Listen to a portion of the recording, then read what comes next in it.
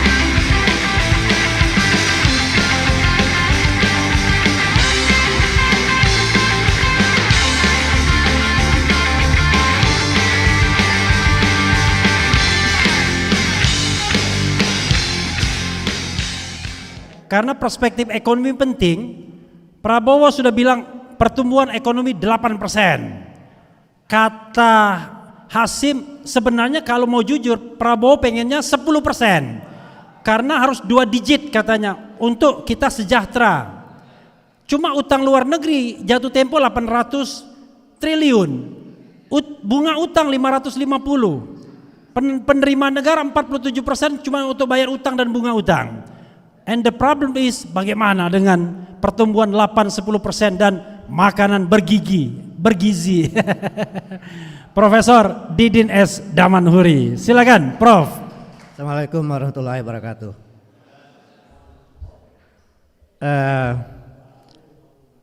Sebenarnya dibanding Jokowi, tanda-tanda awal kebaikan dari Prabowo adalah dia ingin ekonomi ini untuk rakyat.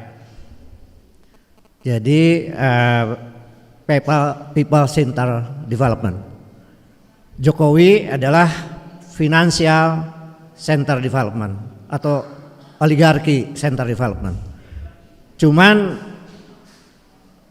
Menteri Keuangannya cocok nggak sih? Jadi konon 2 hari sebelum diumumkan memang ada tekanan dari IMF supaya kontrol dari lembaga internasional ini tetap kuat di negeri ini. Tanda-tandanya ketika Wamen Keuangan Anggito Abimanyu mengumumkan bahwa dalam pidatonya di Jogja bahwa seluruh menteri-menteri dilarang memakai barang atau mobil dinas yang impor. Ternyata yang membantah Menteri Keuangan.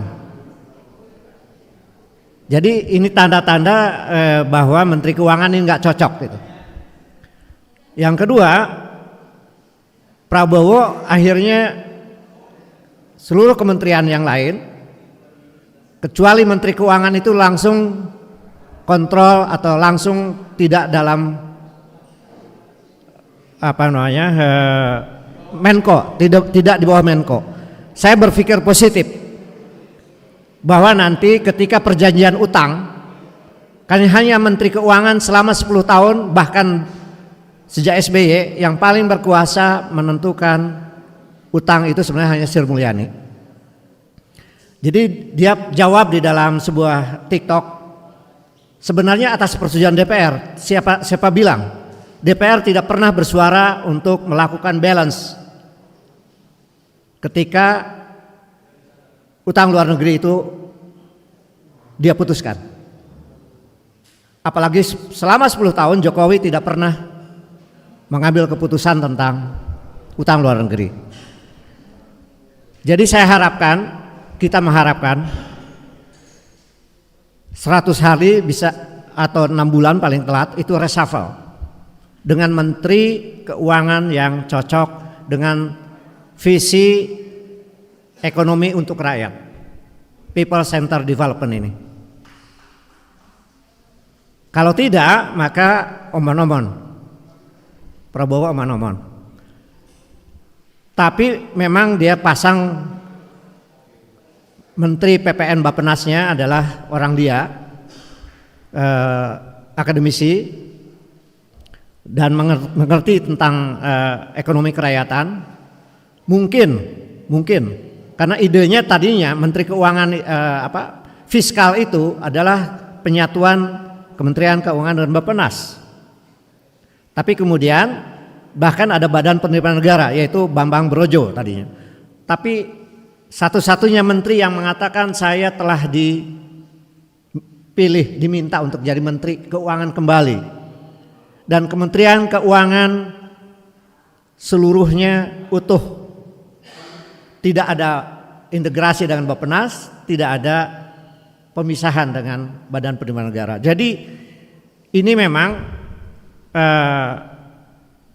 bagian dari proksi kalau menurut saya. Oleh karena itu konsekuensinya adalah reshuffle yang harus dilakukan kalau ingin visi besar Prabowo yang memang ingin bekerja untuk rakyat, ingin ekonomi untuk rakyat, tidak ingin APBN dijadikan objek cari uang oleh para politisi dan lain sebagainya. Maka yang cocok harus ada tokoh lain.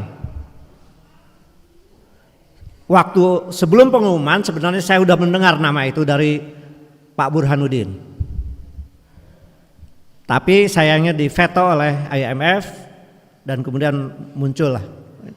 Jadi salah satu problem dari niat baik dan visi yang baik untuk rakyat dari Prabowo adalah hambatannya menerjemahkan fiscal policy, monetary policy oleh BI tentu saja, dan kemudian banking policy yang sekarang ini hanya 30% untuk UMKM, untuk undang-undang. Artinya dari 13 triliun turnover perbankan hanya 18% untuk hampir 64,9 juta UMKM. Yang 82% itu ngalir ke kelompok kecil yang disebut dengan konglomerasi bisnis atau yang kita sebut sebagai oligarki sekarang ini. Nah, jadi dari perspektif ekonomi, Bapak-Bapak Ibu sekalian, menurut saya target 8% sudah benar. Ada swasembada pangan, di mana rakyat atau petani menjadi flyer pencapaian swasembada itu. Kemudian swasembada energi juga harusnya adalah playernya adalah rakyat juga. Walaupun kita tahu ada oligarki migas, oligarki energi dan lain sebagainya, tetapi dengan keputusan presiden kalau playernya adalah rakyat itu bisa dicapai swasembada pangan juga, bahkan dengan makan gizi yang makanan bergizi untuk anak-anak sekolah itu. Nah, kalau menurut teori seperti dalam dagang, kalau pelakunya itu banyak, walaupun untungnya sedikit, akan jauh lebih menguntungkan. Dalam perspektif makroekonomi juga, pengalaman Taiwan, pengalaman Jepang dan sebagainya dengan pelakunya adalah UMKM terbesar, walaupun ada Zaibatsu di Jepang, tapi 90% itu komponen partnya itu dilakukan oleh UMKM. Maka pendekatan Prabowo dengan mobil maung limosin, swasembada pangan, swasembada energi, pelakunya adalah rakyat. Maka pertumbuhan 8% itu not impossible, bisa dicapai. Mengapa kemarin kita terpenjara 5%? Karena pelakunya kecil dan mereka itu adalah para rent seeker, bukan pelaku yang sehat. Para oligarki bisnis dan konglomerasi bisnis itu adalah bukan pemain yang efisien berdasarkan supply and demand paradigm, bukan. Mereka karena lobby baik sawit itu adalah hampir semua HGU-nya itu tidak governance. Lalu mereka nipu-nipu ketika harus mensuplai CPO kepada pabrik minyak goreng, dia jual ke ekspor karena harganya tinggi.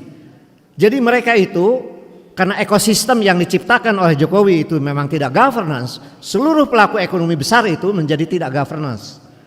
Maka saya percaya kalau memang Prabowo menciptakan ekosistem yang memang anti korupsi, APBN untuk rakyat, lalu kemudian berbagai program yang memang people center development, maka 8% bisa dicapai. Demikian, terima kasih. Assalamualaikum warahmatullahi wabarakatuh.